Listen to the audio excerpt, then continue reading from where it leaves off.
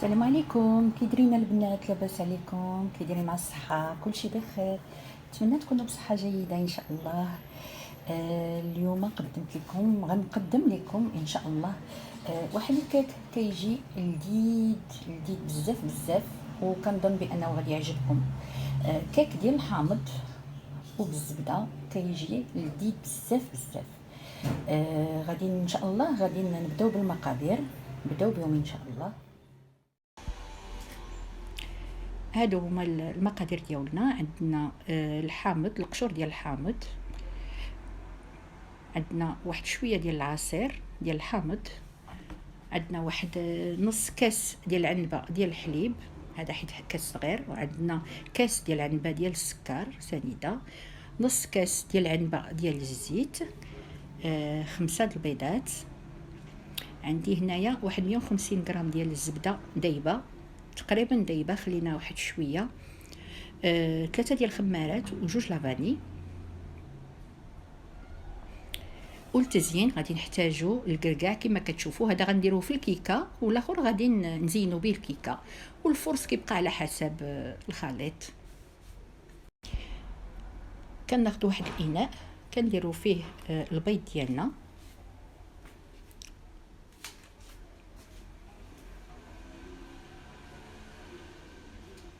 السكر،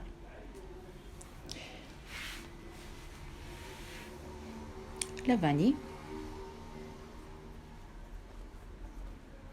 وكنخلطوا هادشي مزيان.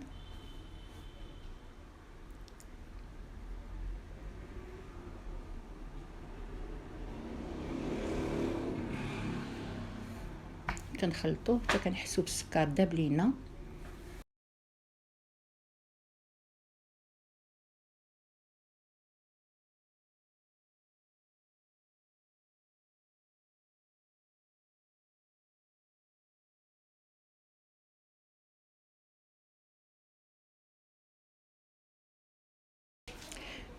كناخذوا الزبده 150 غرام كما قلت لكم، والزيت، كنخلطوا الكل مزيان حتى كيبان لينا داك الخليط تخلط.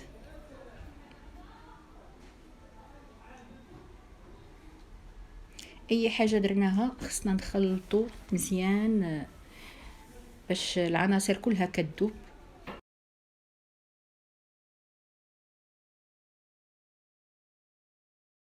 كنديروا هذاك القشور ديال الحامضه اللي عندنا والعصير ديال الحامض، الليمون، والكاس ديال الحليب كما قلت لكم هذا كاس صغير. الا عبرنا بكاس ديال العنبه كنديروا نص كاس ديال الحليب، يكون شويه دافي. كنتابعوا التخلاط ديال الكيك ديالنا.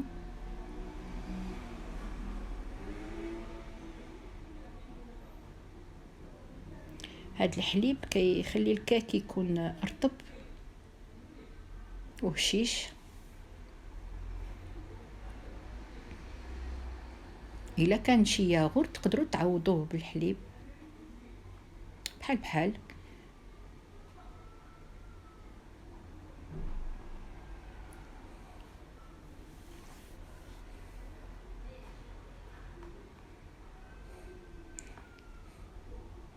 كناخذوا الدقيق ديالنا وكنبداو نديرو شويه بشويه، وحنا كنزيدو وحنا كنخلطو حتى كنحسوا بان الخليط ديالنا ولا هو هذاك على حسب. دابا تبارك الله العيالات كاملين ولاو كيعرفوا الكيك كيفاش تيكون.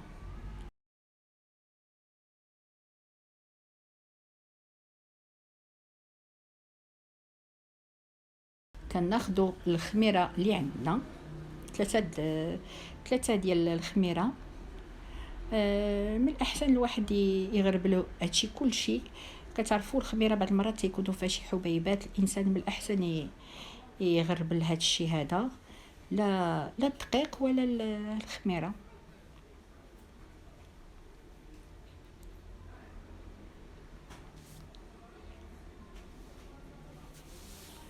والكماله راها باينه كما كتشوفوا. كنكملوا الدقيق بشويه بشويه حتى كنحسوا بهذاك الخليط ولا هو هذاك.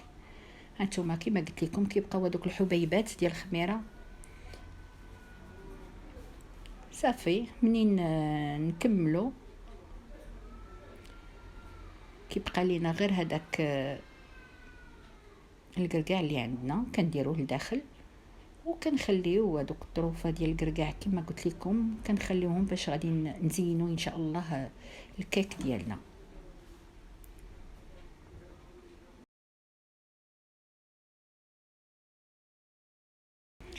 القوام هو هذا القرقاع كما قلت لكم. كنقطعوا طريفات صغار وغادي ناخذوا واحد المول. عندي واحد المول زوين كندير فيه الكيك كيصدق دائما، كيجي زوين وكيجي حتى المنظر ديالو زوين بزاف.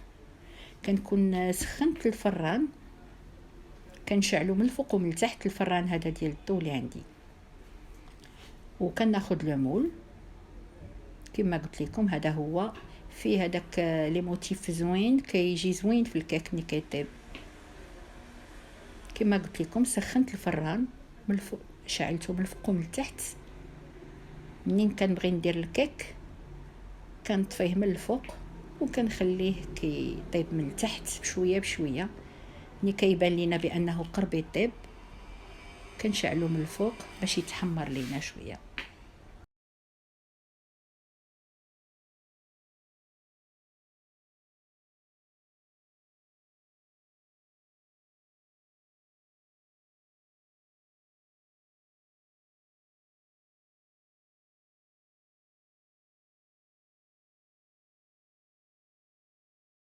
هاد الكيكه نتمنى تجربوها. ما نكذبش عليكم كتجي زوينه وكتعجبني انا شخصيا.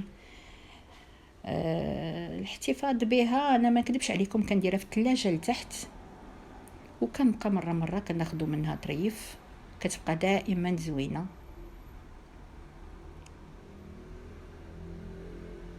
مع هذا الحال سخون الانسان من الاحسن يديرها في الثلاجه لتحت، ومنين يبغي ياخذ منها كيخرجها شويه قبل وتيقسم منها.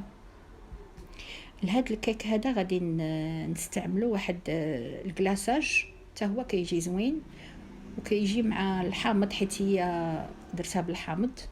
كناخذ السكر كلاصي كما كتشوفوا عندنا هنا واحد المقدار ديال 150 غرام ديال السكر كلاصي، وكناخذ واحد الحامضه صغيره عصرتها وكنبقى نزيد وكنحرك حتى كيتجمع ليا داك السكر كلاصي.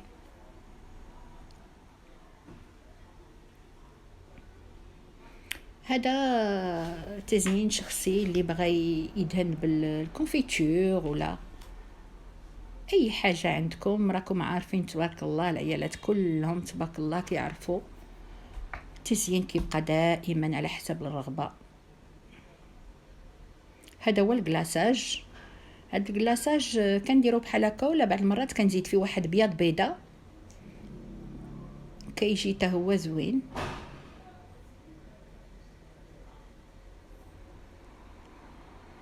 كناخذ هداكشي اللي بقى ليا ديال الحامض كنديرو فوق من الكيك غير شويه باش كيعطي هذيك النسمه ديال الحامض. وانا كنبغي كيعجبني الحامض ما نكذبش عليكم.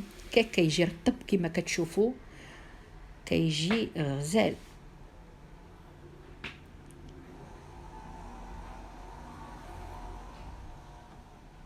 كناخذوا الكلاصاج وكنبداو نديروه شويه بشويه الفوق. واخا كتشوفوه بحال هكذا غير كنحطوه كنديروه كيعاود يتقاد غير بوحديتو دغيا كيبدا يجمد وكيعطي واحد المنظر. واخا تيكون محطوط غير عشوائي تيجي زوين. والدراري ملي كيشوفوا دائما شي حاجه حلوه فوق ان كيك ولا هذا كيبغيو ياكلوا.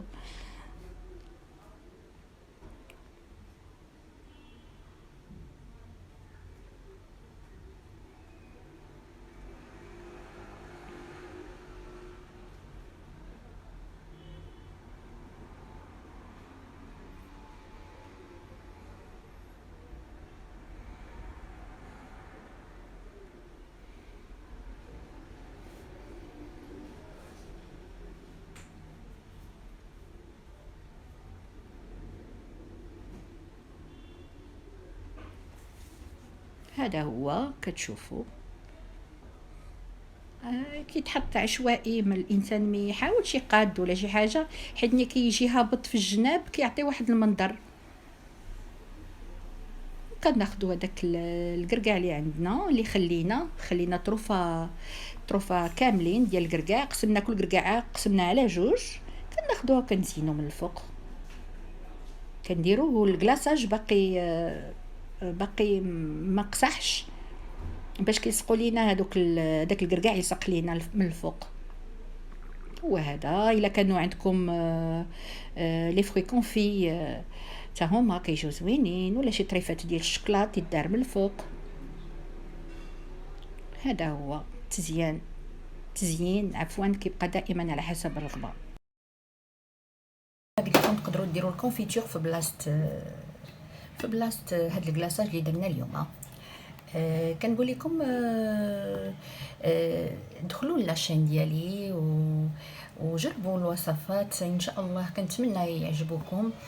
وكنقول لكم دائما ما تنساوش تابوناو لاشين ديالي، ديروا لي جيم باش ان شاء الله يوصلكم كل جديد. كنقول لكم مع السلامه والى فرصه مقبله ان شاء الله.